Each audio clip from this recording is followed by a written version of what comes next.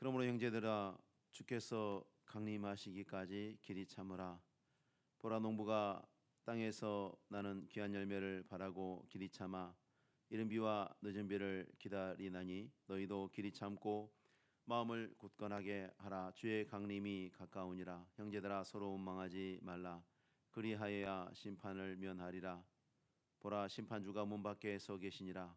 형제들아, 주의 이름으로 말한 선자들을 고난과 오래 참음의 본으로 삼으라. 보라, 인내하는 자를 우리가 복되다 하나니 너희가 욥의 인내를 들었고 주께서 주신 결말을 보았거니와 주는 가장 자비하시고 긍휼히 여기시는 이시니라.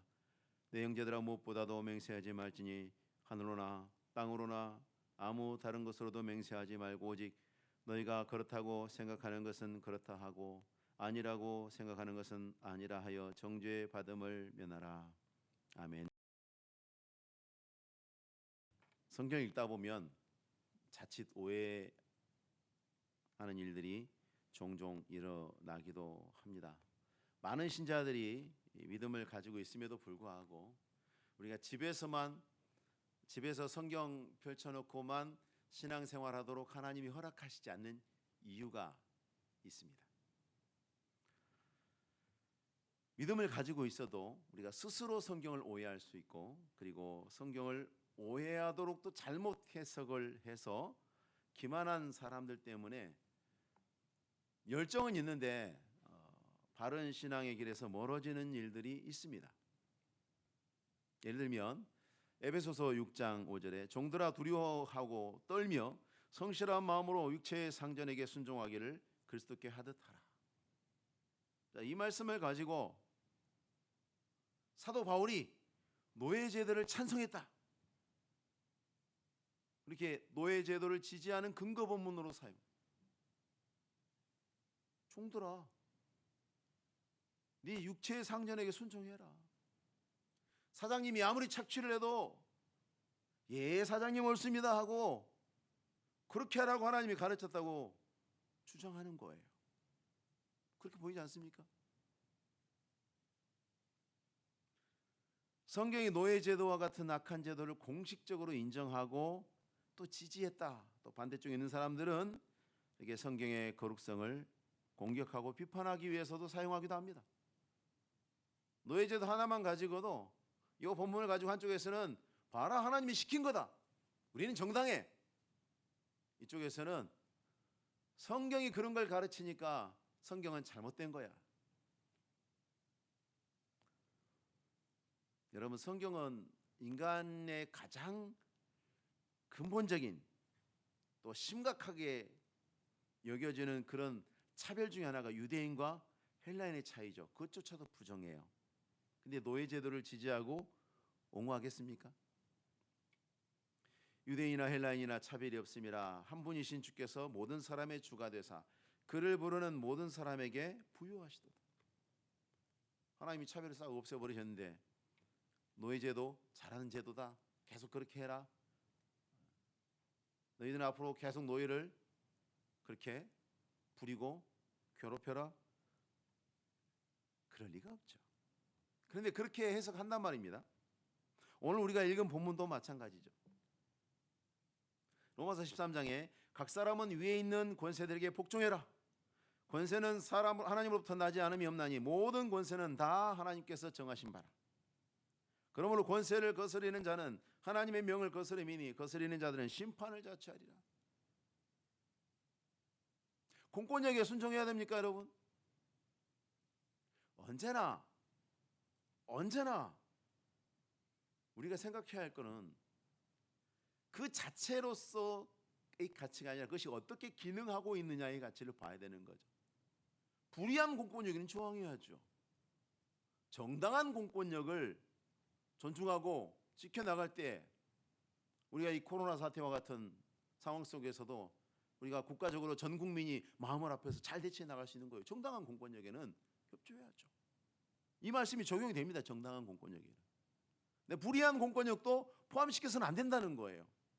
여기서 말씀하시는 것을 그렇게 이해하면 안 된다는 겁니다. 악한 권력의 그 폭력적 통치를 하는데도 불구하고 굴종해라, 순응해라. 비겁하게 교회가 불의와 싸워서 대가를 치르기 싫어서 이 말씀 뒤에 숨어서 말씀을 거짓으로 오해하게 하면서 그 뒤에 숨어 있어 있고 이 말씀을 사용하는 그런 일들이 있어서는 안 된다는 것이죠. 오늘 본문의 말씀이 강조하는 그 인내는 이 세상에 대한 혐오 그리고 이 세상을 변화시키기 위한 노력을 포기하도록, 세상은 틀렸어, 세상은 어떻게 할 수가 없으니까 포기해버려, 그런 말씀일까요? 내버려 둬버려. 다양한 형태의 권력을 가진 자들이 그것을 남용하고 오용하고 사람들을 고통스럽게 하는 것을 그냥 지켜보면서 세상이 뭐 그렇지, 그렇게 방관하는 것이 교회의 사명이겠습니까? 그러면 하나님께서 우리에게 너희는 세상의 빛이라, 너희는 세상의 소금이라, 그 말씀을 왜 하셨겠어요? 공의로우신 하나님께서 그런 악을 명령하셨을 리가 없습니다. 방관도 죄거든요, 여러분. 방관이야말로 지탄받을 죄입니다. 본문의 말씀이 그렇게 볼 수 있는 부분이 있습니다만은 우리는 이 말씀을 통해서 우리에게 말씀하시고자 하는 목적이 다른 데 있다는 것을 봐야 합니다. 한번 생각해 보겠습니다. 오늘 본문이 말씀하시는 인내가 필요한 이유, 너희는 길이 참으라. 왜 하나님이 우리에게 길이 참으라, 인내하라 말씀을 하실까? 현실적으로 피할 수 없는 고통 때문에 그래요. 이 고통은 현실적인 고통이고 못 피해요. 우리 다 피할 수 없어요. 고통이 없다면 인내를 언급할 필요가 없겠죠. 고통스러우니까 참아. 좋은 일 하는데 참으라, 뭐 그런 이야기는 하지 않습니다. 재밌는데 참으라, 그런 이야기 하지 않습니다. 고통스러우니까 참아라. 병원 가면 자주 듣죠, 그런 이야기. 특히 여러분 치과에 갔을 때 좀 아파요, 참으세요. 의사가 그런 이야기 합니다. 안 아플 때는, 안 아픈 처치를 할 때는 그런 이야기 안 해요. 막 신경 건드리고 그럴 때 아파요, 참으세요. 하나님이 참으라고 하신 얘기는 고통이 있다는 거예요. 절대 못 피한다는 거예요. 당신이 이제 의자에 꽁꽁 묶였고 이제 고통이 들어갈 거야. 야고보가 하나님과 주 예수 그리스도의 종 야고보는 흩어져 있는 12지파에게 문안하노라. 이게 야고보서 제일 첫 번에 그렇게 들어갑니다. 그러니까 여기서 말하는 형제들은 흩어져 있는 12지파, 모든 크리스찬들, 모든 예수 믿는 사람들 가리키는 겁니다. 우리를 가리키는 겁니다. 모든 신자들에게는 반드시 고통이 있다. 하나님을 믿고 구원받은 신자라고 해도 반드시 고통이 있다. 그리고 그 고통은 하나님이 허락하신 거예요. 허락하신 거예요. 1장 2절에 바로 그 뒤에 이어서 내 형제들아 너희가 여러 가지 시험을 당하거든 온전히 기쁘게 여기라. 시험 당해서 고통스러운데 기쁘게 여기래요. 이는 너희 믿음의 시련이 인내를 만들어내는 줄 너희가 알미라. 인내를 온전히 이루라. 이는 너희로 온전하고 고비하여 조금도 부족함이 없게 하려 함이라.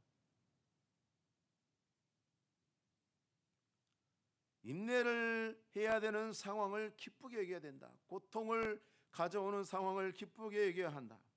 이게 왜 이런 말씀이 성립이 되는 것일까?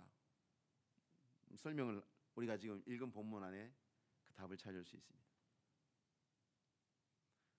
성경이 특히 오늘 본문이 말하고 있는 고통의 원인은 1차적으로 당시에 불의한 부자들에게 있습니다. 오늘 우리가 읽은 본문의 앞부분에 5장 첫 부분에 보면은 부자들에 대한 하나님의 엄중한 경고들이 나오죠. 근데 말씀드렸지만 불의한 부자예요. 불의한 부자. 의로운 부자들이 있어요. 불의한 부자예요. 7절에 보면 그러므로 한 것은 지금 앞부분하고 연결된다는 얘기예요. 부자들에 대한 경고를 시식하다고. 너희는 심판을 받을 거다. 너희가 결코 심판을 피할 수 없을 것이다. 그래놓고 그러므로 하고 이제 부자들에게 고통당하는 자들에게 지금 말씀을 하시는 거예요. 불의한 부자들에게 고통당하는 자들에게 말씀을 하시는 거예요. 이렇게 연결해서 읽어야 되겠죠. 자, 이 부자들은 어떤 사람들이냐면 앞부분에 보면 자신의 밭에서 추수한 품꾼에게 싹스를 주지 않고 삭스를 안 줘요. 임금 미지급, 임금 체불, 그리고 실컷 일 시키고 부도 내고 도망가 버리고 이런 거 다 말하는 것입니다. 두 번째는 그래놓고 자기는 땅에서 사채하고 방종해요. 수십억, 수백억 세금 체납하신 분들 TV에 보면 카메라 들고 쫓아가 보면 어때요? 집이 아방궁이죠? 집이 아방궁이에요. 이 집은 누구 겁니까? 내 거 아니에요. 저 차는 누구 겁니까? 내 거 아니에요. 자기가 하나도 없대. 세금 낼 건 없대요. 전 재산 29만 원인 어떤 분도 있죠? 없대요. 29만 원 가지고 절대 골프 못 칩니다. 자기는 땅에서 사채하고 방종해요. 근데 자기가 일시킨 사람들에게는 월급을 안 주는 거예요. 일을 시켜놓고. 그리고 세 번째는 의인을 정죄하고 죽이는 일을 하는 자들. 오늘날에도 병들고 가난하고 힘없고 그런 사람들을 위해서 그 사람들의 권리를 지키기 위해서 노력하는 사람들이 있죠. 가만히 두면 이 사람들은 계속해서 종로로 탈 텐데 이 사람들에게 당신들은 그러면 안 돼요. 우리의 권리를 찾읍시다. 그런 사람들은 부자들에게 미움을 받아요. 없는 죄를 있다고 해서 감옥에 갇히고 파렴치한 사람으로 매도돼서 인격 살인을 당하기 십상입니다. 인격 살인 뭔지 알죠? 말이나 행동으로 다른 사람에게 참을 수 없는 모욕감이나 수치감을 주는 행위들. 우린 그게 뭔지 알아요. 우리 양심은 알고 있어요. 그게 뭔지. 여러분이 수시로 봐왔던 일들입니다. 의인을 정죄하고 죽이는 일, 그 뒤에 제일 뒷부분에 나오면 바로 그거예요. 근데 하나님께서 지금 오늘 본문에서는 우리에게 그걸 요구하고 계시거든요. 너희는 의롭게 살아라. 불의에 맞서라. 지치지 마라. 본문의 말씀이 오늘 우리에게 더 귀한 교훈이 되는 것은 본문에서 지목하고 있는 이 불의한 부자들이 유감스럽게도 대다수예요. 불의한 부자들이 유감스럽게도 대다수입니다. 여러분, 법을 강화해서 세금을 거두지 않으면 부자들이 스스로 세금을 많이 내서 이 사회에 기여할까요? 아니에요. 감시하고 정부에서 세금 많이 내서 사회에 기여하시오. 어디에 기부하시오. 양로원에 기부하고 고아원에 지원하시오. 이런 걸 자꾸 압력을 넣으니까, 장애인들 고용하시오. 압력을 넣으니까 마지못해 하는 거예요. 그런 법이 정비되어 있지 않고 정부 역할을 하지 않으면 절대 그렇게 하지 않아요. 대표적인 경우가 어디입니까? 남미를 보세요. 거기 자유민주주의 국가예요. 근데 어떻습니까? 엉망이죠. 모든 사람들 가운데 대부분의 사람들은, 특히 부자들은 불의합니다. 그들은 모든 시대에 있습니다. 야고보의 시대도 있고 그 전에도 있었고 지금도 있어요. 그리고 여전히 권력을 가지고 있어요. 항상 권력은 그들의 손에 있어요. 그리고 그렇기 때문에 우리의 삶에 영향을 많이 미칩니다. 불의한 부자라고 하는 이유가 있습니다. 왜 불의한 부자라고 했을까? 하나님을 두려워하는 경건한 부자들이 있어요. 경건한 부자들이 있어요. 아브라함 부자였어요. 아브라함이 재산이 많다고 한 번이라도 하나님에게 책망 들은 적 있습니까? 다윗도 어마어마한 부자예요. 재산 때문에 다윗이 하나님께 꾸중 들은 적이 있습니까? 없어요. 경건한 부자들. 부가 문제가 아닌 거죠. 권력이 문제가 아닌 거죠. 다윗은 막강한 왕이었습니다만 그 권력을 특별한 한두 번의 잘못을 제외하고는 함부로 사용한 적이 없습니다. 그러나 불의한 부자들은 하나님을 두려워하지 않습니다. 그렇기 때문에 자기들에게 있는 권력을 가로막을 것이 없다고 생각합니다. 그렇게 되면 자연스럽게 인간 본성에 가득한 그 죄가 통제되지 않은 채로 본색을 드러냅니다. 그렇게 되어 있습니다. 통제되지 않으면 본색을 드러냅니다. 이 세상에서 죄가 사라지는 심판의 날까지 이런 일이 멈추지 않고 계속될 것입니다. 우리는 그것을 분명하게 인지하고 있어야 합니다. 자, 불의한 자들이 가지고 권력을 가지고 어떤 형태든지 권력을 가지고 횡포를 부릴 때에 그때 초래되는 그 고통이 끊임없이 계속될 거다. 그런 전망 앞에서 누구나 암울해지겠죠. 이야, 이거 참 세상을 어떻게 살아야 되는가? 하나님 좀 뭔가 어떻게 하시겠다고 하시지. 이 불의한 권력자들이 끊임없이 세상이 끝날까지 있을 것이다. 그러면 우리 어떻게 하라고 하나님 그렇게 겁을 주세요? 죄인들은 누가 권력을 갖게 되든 관계없습니다. 그 죄 때문에 다른 사람을 괴롭히게 될 것이에요. 여러분, 왕족 하나 망하고 다음 왕조가 오면 그 왕조는 자라나요? 똑같아. 시간 지나면 그 사람도 조상이 과거에는 농사꾼이었는데 왕이 되고 나니까 똑같아. 왕 되면, 그 사람이 왕 되면 안 그럴 줄 알았지. 근데 똑같아.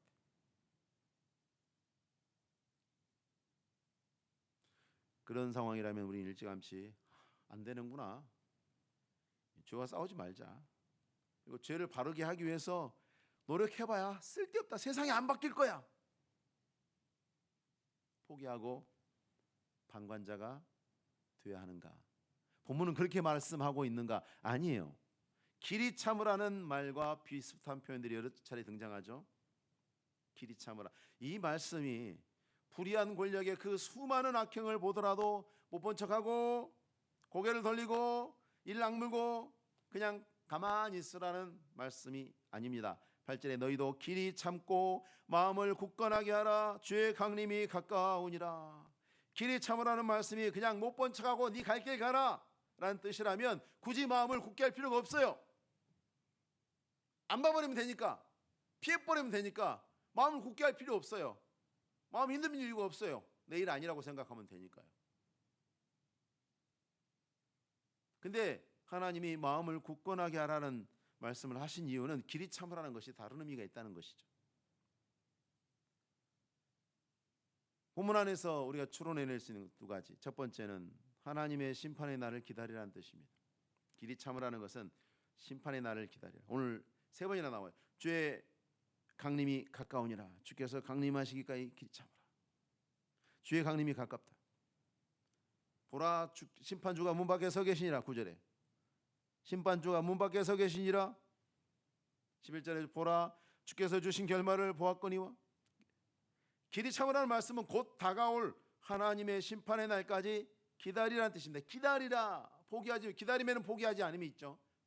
포기한 사람 기다리지 않아요. 공의로우신 하나님이 살아계시고 심판하실 것을 믿음으로 바라보는 가운데 참는 거예요. 그 참음은 그러는 거예요. 하나님 반드시 심판하신다. 두 번째는 불의가 대세고 그들이 가장 큰 권력을 갖고 있고 이 세상을 주도하고 있고 앞으로도 그럴 거고 내가 죽는 날까지 계속 그럴 거고, 그러니까 나도 저쪽에 붙자, 타협하자, 동참하지 말고. 길이 참으란 말은 다 그래도 너는 믿음으로 하나님의 말씀을 따르는 의로운 길을 굳건하게 지켜라는, 여전히 내가 죽을 때까지 세상은 이 모양 이 꼴일지라도 너는 여전히 그 자리에 있어라. 여호수아가 그러잖아요. 나와 내 집은 여호와를 섬기겠노라. 온 세상이 다 저쪽으로 와도 나와 내 집은 여호와를 섬기겠노라. 세상이 어떻게 되는 건 중요하지 않아요. 하나님이 뭐라고 말씀하시는가만 중요한 거죠. 믿음의 사람들은 하나님이 길이 참으라. 선하신 하나님께서 악한 무리를 반드시 심판한 날이 올 것이기 때문에 불의가 횡행하고 세상 모든 사람들이 다 그쪽으로 쫓아가는 것 같아도 너는 의의 편에 서서 살아가야 할 것이고, 그것이 손해를 강요하는 선택이 될지라도 불의를 추종하지 마라. 손쉬운 길을 가지 마라. 그런 마음을 참아라. 더 나아가서 불의와 싸우는 일을 낙담하고 포기하지 말라는 것입니다. 여러분, 이 말씀이 불의와 싸우는 일을 낙담하고 불의와 싸우는 일을 포기하는 것이면 왜 우리 개신교인들 이름이 프로테스탄트입니까? 정하는 사람들, 싸우는 사람들, 왕의 부당한 독재 권력에 싸웠던 이 프로테스탄트 우리 개신교인들이. 그건 불의합니다. 왕이시여. 영국 왕의 통치에 맞서서 싸웠던 미국 독립전쟁 주도한 사람들이 다 개신교인들이었어요. 하나님의 말씀을 정확하게 하면 불의를 참을 수가 없어요. 싸워야죠. 유럽에도 보십시오. 왕가가 남아있는 나라는 다 가톨릭 국가들이에요. 개신교 국가들도 남아있는 나라에 있죠. 거기는 왕들이 선한 왕들이었어요. 독재하지 않았어요. 그래서 수많은 사람들이 하나님의 말씀에 근거해서 불의와 목숨을 걸고 싸웠던 겁니다. 옳지 않은 일에 맞섰던 것입니다. 정의를 지키고 정의를 위해서 싸워야 합니다. 소화하고 관철해야 합니다. 다른 사람이 지키지 못한 정의를 내 남는 힘으로 지켜줬던 사람들이 바로 개신교인들이었습니다. 불의는 죄로 말미암아 나타나는 것이기 때문에 죄 때문에 나타나는 거예요. 아무리 우리가 최선을 다해도 이 세상의 종말까지 죄가 없어집니까? 없어지지 않아요. 죄인이 사라지지 않아요. 이 세상에서 죄가 사라지는 날은 최후의 심판 날이죠. 아무리 우리가 최선을 다해도 죽는 날까지 안 사라져요. 절대 안 사라져요. 그걸 기대하지 마세요. 여러분, 우리가 아무리 많이 전도해도 세상에 불신자들이 사라집니까?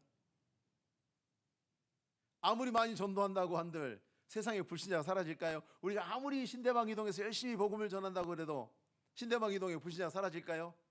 신대방 이동에 불신자가 사라지지 않을 거니까 에이, 전도 그만하자. 우리 그렇게 생각합니까? 아니잖아요. 모든 종류의 권력을 통해서 불의를 행하는 자들에게 맞서서 하나님의 정의를 이루기 위한 노력은 계속돼야 됩니다. 그 명령이 길이 참으라는 말씀 안에 들어있습니다. 우리가 불의가 싸우는 가운데 주의해야 할 것이, 여러분, 툭하면 다른 사람하고 논쟁하려고 하고 시비하려고 하고 막 하는, 우리가 그런 분들을 약간 농담적으로 뭐라고 부릅니까? 싸움닭이라고 그래요. 싸움닭. 그죠? 닭도 그냥 닭이 있고 싸움닭이 있어요. 이 닭은 주인이 맨날 부추겨가지고 싸움하도록 훈련을 시킨 닭이에요. 그래서 이 닭은 다른 닭을 보면 일단 싸워야 되는 걸로 알아요. 왜냐하면 싸우려고 훈련을 시킨 닭이니까. 자꾸 싸우다 보면 싸우는 게 이제 직업이 됐어. 불의와 싸우다 보면 우리가 조심해야 되는 게 바로 그겁니다. 불의와 싸우되 우리가 주의해야 하는 것, 길이 참는 가운데 주의해야 하는 것, 긴장의 강도가 높아지고 전투태세가 높아질수록 싸움닭이 되기 쉬워요. 요한계시록의 에베소 교회는 정의와 진리를 지키기 위해서 싸우는데 싸우다 보니까 사랑이 없어져 버렸어요. 처음 사랑을 버렸던 교회가 사랑이 없어요. 그래서 진리수하고 이단하고 너무 열심히 싸우다 보니까 그걸 조심해야 하는 겁니다. 오늘 본문도 말씀하고 있죠. 첫 번째가 형제들이 서로 원망하는 것. 우리에게 고통을 가하는 세상의 불의한 권력에 그것들이 너무 막강해서 우리 노력으로 바꿀 수 있을 것 같지가 않습니다. 끊임없이 우리가 고통을 당합니다. 그런 스트레스 상태 가운데서 이 다른 사람에게 화살 돌리기가 쉽습니다. 마음에 불평이 가득해서 서로를 향해서 이런 원망과 불평을 쏟아내는 모습, 이런 모습은 요한복음에서 예수께서 말씀하신 너희가 서로 사랑하면 이로써 모든 사람이 너희가 내 제자인 줄 알리라는 이 말씀이 무색해지잖아요. 주의 말씀이 무색해집니다. 교회와 신앙 공동체가 오히려 지금 공격을 받고 있습니다. 세상의 빛과 소금이 돼서 세상의 불의와 맞서야 되는데 오히려 이제 우리 안에서 다툼이 일어나고 불의가 일어나는, 그걸 조심해야 돼요. 두 번째는 함부로 맹세하는 겁니다. 세상의 불의는 옳은 것을 잘못됐다고 잘못된 것을 옳다고 하잖아요. 우리가 그런 걸 보면 화가 나잖아요. 이에 맞서서 정의를 지키기 위해서 다투다 보면 자칫 하나님의 이름을 적절하지 않는 맹세에 끌어들일 수가 있어요. 하나님 말씀 아닌 것을 하나님의 뜻으로 포장되게 하는 죄를 범할 수 있어요. 일단 이기고 봐야 되니까. 저 사람들의 논리를 이기고 봐야 되니까, 저 사람들의 불의를 지적하려고 싸우다 보니까 나도 불의를 행하는 자가 되어 있는 거예요. 옛사람의 말을 아마 헛된 맹세를 하지 말고 네 맹세한 것을 주께 지키라 하였다는 것을 너희가 들었으나 나는 너희에게 이르노니 도무지 맹세하지 말지니. 왜 그래야만 하는가? 그리하여 심판을 면하리라, 정죄받음을 면하라는 공구가 동반되어 있어요. 세상이 불의하다고 우리까지 불의에 휩쓸린다고 한다면 결국은 세상은 믿음을 무너뜨리고 교회를 무너뜨리고 우리 안에 거룩함과 하나님이 주신 하나님의 사랑의 실천을 무너뜨리려는 목적을 달성한 것과 똑같은 효과가 나타나겠죠. 악을 악으로 갚으면 하나님 말씀을 이루지 못하고 패배하는 거예요. 불의한 세상에 타협하지 않고 불의에 맞서 싸우지만 불의한 사람이 되지 않는, 똑같은 불의한 사람이 되지 않는, 그러면서도 길이 참으라는 하나님의 명령을 우리의 평생 동안 우리가 성공적으로 이루어 드리려면 오늘 하나님께서 모범으로 제시한 두 유형의 사람을 살펴봐야 됩니다. 농부와 구약의 선지자들이죠. 길이 참는 모범으로 하나님이 제시해 보여주셨어요. 자, 이 사람들의 공통점 안에서 우리의 신앙의 길을 찾을 수 있어요. 이 두 사람의 특징은 뭐냐면 자기 할 일을 둘러싼 환경에 영향을 받지 않습니다. 꾸준히 자기 일을 한다는 겁니다. 환경 속에 있어요. 근데 환경에 영향을 받지 않아요. 환경 속에 있는데 환경에 영향을 받지 않아요. 자, 여러분 농부를 가만히 생각해 보세요. 농부는 변덕스러운 날씨에 고통을 당하죠. 어떨 때는 비가 너무 많이 와. 그러면 그 너무 많이 오는 비 때문에 막 벼들이 쓰러져. 물에 잠겨 노네. 그 물을 빼고 벼 다시 세우고 좀 있으면 또 가뭄이 와. 이제 물이 없어서 난리야 이제. 그러면 또 최선을 다해서 물을 대고 땅에선 끊임없이 잡초가 끊임없이 돌아서면 잡초 나고 돌아서면 잡초 나고. 여러분 잡초 정말 엄청납니다. 끊임없이 납니다. 그래서 지치지 않고 매일같이 뽑아냅니다. 비가 온다고 가물다고 잡초가 난다고 자기가 키우는 농작물을 잘 길러내는 자기 일을 결코 멈추지 않습니다. 농부들은 계속 잡초 뽑아내고, 농부가 잡초 뽑으면서 이제 이놈 뽑아내면 다음에는 잡초가 안 나겠지 그런 기대하지 않습니다. 그런 기대할까요? 올해만 가물고 다음부터는 나 죽을 때까지 가물지 않겠지? 올해만 홍수나고 내 죽을 때까지 홍수나지 않겠지? 그런 기대 하나요? 안 해요. 그래, 내년에는 홍수가 날지 가뭄이 올지 뭔지 모르겠지만 뭔가 또 하나 오겠지? 얘 잡초 뽑고 돌아서면 내일 모레 오면 또 나와 있을 거야. 포기하지 않습니다. 구약의 선지자들도 마찬가지죠. 여러분 구약의 선지자들이 굉장히 우호적인 지지자들에게 둘러싸여가지고 풍족하고 넉넉한 가운데 편안하게 일한 경우가 있을까요? 엘리사나 엘리야에게 떡 가져온 여인의 이야기를 들어보십시오. 성경에 그걸 써놨어요. 여러분 떡 하나 물 한 그릇 갖고 왔는데 그걸 써놨다고요. 그게 굉장한 사건인 거예요. 안 갖다 줘. 환경이 그래요. 그러니까 그 갖고 온 게 대단한 사건인 거예요. 여러분 TV에 무슨 살인사건 그런 거 뉴스에서 안 해준다고 우리나라에 살인사건이 안 납니까? 너무 많이 나서 안 내는 거예요. 너무 많이 나서 한 30명 죽으면 모를까, 한두 명 죽는 건 사건도 잘 안 나와요. 왜? 늘상 그러니까. 구약의 선지자들에게 늘상 사람들이 떡을 가져다 주고 물을 가져다 주고 옷을 가져다 주고 그랬으면 그 사건을 기록해 놨겠어요? 그렇지 않아요. 절대 호의적이지 아니었어요. 편하게 일하지 않았습니다. 근데 그럼에도 불구하고 상황이 적대적이라는 핑계로 선지자가 하나님 나 일이 힘들어서 못 해먹겠어요.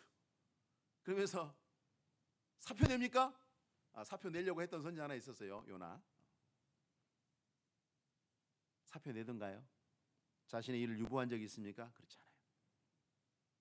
꾸준히 합니다. 또 한 가지는 하나님 은혜만을 의지합니다. 농부는 하늘의 비를 의지하죠. 그건 천수답, 하늘만 바라보고 짓는 농사는 후진 농사다, 후진 농법이다 그래가지고 요즘은 뭐 저수지를 만들고 뭐 관계 수로를 만들고 3개월만 비 안 와봐요. 다 쓸데없는 거예요. 맞죠? 3개월만 가물어 봐요. 우리가 봤잖아요. 그전에 늘 봐왔지 않습니까? 봄에 가물들 때 어때요? 3개월만 비 안 오면 저수지 다 갈라져 버려요. 소용없어요. 하늘에서 비 안 오면 소용없는 거죠. 하나님의 은혜만을 우리가 이 세상의 불의한 권력을 이기는 원동력으로 삼아야 돼요. 우리가 어떻게 이 세상에 끊임없이 계속되는 악한 자들의 악행을 바라보면서도 방관하지 않고 그들과 맞서 싸우면서도 어떻게 지치지 않고 우리 죽는 날까지 하나님께서 이 거룩한 싸움을 싸우라는 이 사명을 어떻게 감당할 수 있을 것인가? 은혜를 의지해서 하는 거예요. 하나님의 은혜를 의지해서 은혜 받으면 할 수 있어요. 고통당하는 사람들을 도와주고 불쌍히 여기고 7절에 길이 참아 이른 비와 늦은 비를 기다리나니 농부들이 그랬죠. 선지자들도 마찬가지죠. 주의 이름으로 말한 선지자들이라고 이 선지자들이 하나님만을 의지했다는 것을 지금 강조하고 있죠. 주의 이름으로 말한 하나님 이름만 의지해서 그 일을 했다. 그래서 사도행전에서 교회 일꾼을 세울 때 근력 테스트 했나요? 교회 일꾼 세울 때 근력 테스트 했나요? 당신 주산 몇 급입니까? 뭐 그런 거 했나요? 안 했어요.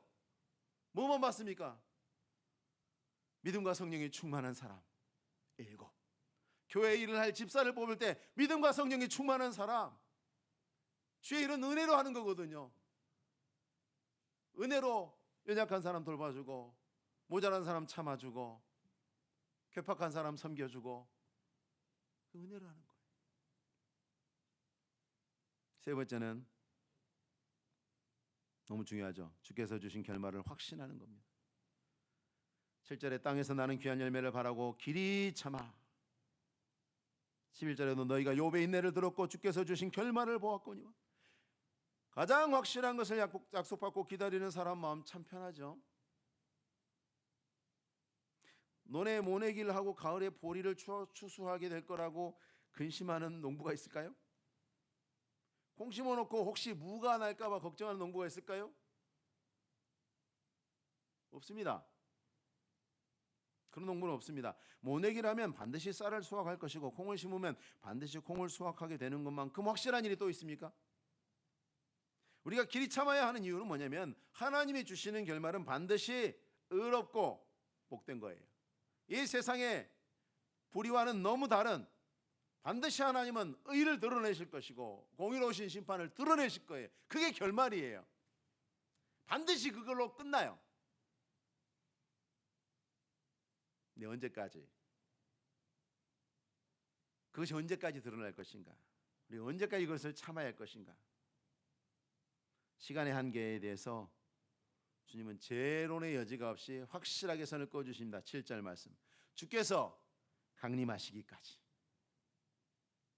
9절에도 심판주가 문 밖에 서 계시니라. 심판주가 문을 여시기까지 그런 뜻입니다. 이 세상에 시간 다 보내고, 아니 하나님 이 세상 시간 다 보내고 좋은 세월 다 보내고 난 다음에 다 무슨 소용이 있습니까? 라는 생각이 들 수도 있는데, 그런 생각은 이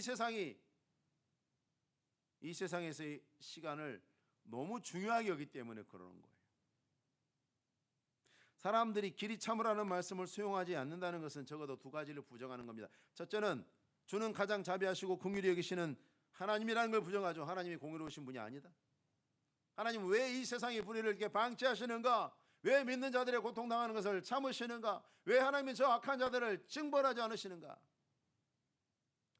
저들이 그럼에도 불구하고 저렇게 형통한 것 보니 하나님은 안 계시든지 아니면 직무를 태만히 하고 계신 것이 틀림없다. 또 다른 하나는 이 세상은 다음 세상 앞에 잠깐 존재하는 것일 뿐이고, 우리에게 임할 진짜 세상은 다음에 오는 세상이라는 성경의 내세의 신앙을 부정하는 거예요. 여러분, 내세의 신앙은 현세를 기피하는 핑계거리가 아닙니다. 여러분, 현세의 불의 가운데도 여전히 의로운 주의 길을 포기하지 않고 불의에 저항하고 불의에 승리하게 하는 이유가 되고 힘이 되는 겁니다. 반드시 그날이 온다. 우리의 삶은 절대로 헛된 것으로 끝나버리지 않는다. 내가 불의와 싸우기 위해서, 내가 하나님의 말씀을 붙들고 의를 지키기 위해서 이것을 최고의 가치로 삼고 몸부림치다 보니까 건강도 잃고 돈도 잃고 출세할 기회도 잃고 나는 헛살았는가? 그렇지 않다는 거예요. 반드시 하나님께서 의로운 심판을 하시는 그날이 반드시 온다는 거예요. 영화 암살이라는 영화가 있었죠, 얼마 전에. 그 영화에 나오는 우리 배우 이정재 씨가 하는 대사 중에 그게 있어요. 내가 이렇게 될 줄 알았냐? 조선이 독립할 줄 알았냐? 내가 이날이 올 줄 몰랐다는 거죠. 그럴 줄 알았으면 자기가 왜 나라를 팔고 일본의 종이 되어서 그렇게 살았겠냐는 거죠. 자기가 바보가 아닌데 그럴 줄 몰랐다는 거죠. 수많은 변절했던 많은 애국지사들이 왜 변절했습니까? 도저히 일본이라는 나라가 망할 것 같지가 않아. 조선이 독립한다는 것은 말도 안 되는 허황된 꿈인 거예요. 어찌 보면 그들을 조금 이해할 수 있을 것 같아요. 너무 큰 힘 앞에 좌절하는 거죠. 근데 여러분, 우린 그럴 필요가 없어요. 하나님 너무나 확실하세요. 반드시 하나님이 정리하신 때가 옵니다. 또 영화에 그런 이야기가 있었어요. 악당에게 전하는 어떤 멋진 주인공이 너희들은 내일만 보고 살지? 나는 오늘만 산다. 내일만 보고 사는 사람은 오늘만 사는 사람을 절대 못 이긴다. 멋진 말이잖아요. 대사가 너무 멋진데 틀린 말이에요. 잘못된 가르침. 이 세상이 모든 것이고 전부라고 가정하면 꽤 설득력 있는 말일 수 있어요. 그러나 우리가 다가오는 영적 세계를 고려하면 이건 삶을 확실히 망치는 길입니다. 우린 내일을 바라봐야 되고 그날을 기다려야 돼요. 바로 그 사람이 오늘의 불의를 믿음으로 이기는 거예요. 길이 참으면서 여전히 99명이 딴 길로 가도 여전히 바른 길을 가는 한 사람은 바로 어떤 사람이냐? 그날을 바라보는 사람이죠. 영생을 바라보는 사람이 사망을 이기고 주님의 심판을 바라보는 사람이 이 땅의 불의를 모든 사람이 누리고 즐기고 함께 나누고 있는 그 불의를 견뎌내고 이기는 것입니다. 말씀을 정리해 보겠습니다. 부자의 권력, 권력가의 권력, 전문가의 권력, 이 세상의 모든 통제받지 않는 권력은 인간이 불의하기 때문에 그 죄 때문에 많은 사람에게 고통을 주기 십상입니다. 지금도 그러고 있습니다. 그 불의한 권력 때문에 고통은 우리를 힘들게 하지만 그럼에도 불구하고 우리는 굴복해서도 안 되고 타협해서도 안 되고 물러서서도 안 되고 오히려 더 의로운 하나님의 백성으로 살아야 합니다. 누가 다른 사람 억울하게 때리면 가서 말려야 하고 그래서 차가 사고 나서 굴렀으면 가서 차 일으키는 거 도와줘야 되고 사람 꺼내는 거 도와줘야 돼. 소방관이 오서 할 거니까 나는 안 해. 그게 아니고 보란듯이 하나님의 심판을 기다리면서 불의한 자들도 그것을 두려워하게 만들어야 돼. 저 사람들 왜 저렇게 살지? 심판이 있대. 저 사람들은 심판을 믿어. 죽고 난 다음에 반드시 심판을 받게 될 터인데 그 사람들은 그걸 두려워하기 때문에 우리와 다른 방식으로 살아. 불의한 그들에게 대항하기 위해서 절대 또 다른 악으로 맞서서도 안 됩니다. 하나님의 심판 때는 반드시 올 것이고 이미 문 밖에 서 있다고 주께서 말씀하고 있습니다. 이 세상의 불의 가운데도 길이 참으면서 우리가 믿음을 지키고 의로운 백성으로서의 거룩한 삶으로 불의와 싸운 사람들은 반드시 선한 결말을 보게 될 것입니다. 하나님께서 말씀하시죠. 욥에게 주신 결말, 끝까지 믿음을 지키면 반드시 상을 받으리라는 점에서는 교훈적이죠. 그러나 모두가 욥과 같은 방식으로 죽기 전에 결말을 보게 될 것이라고 기대해서는 안 됩니다.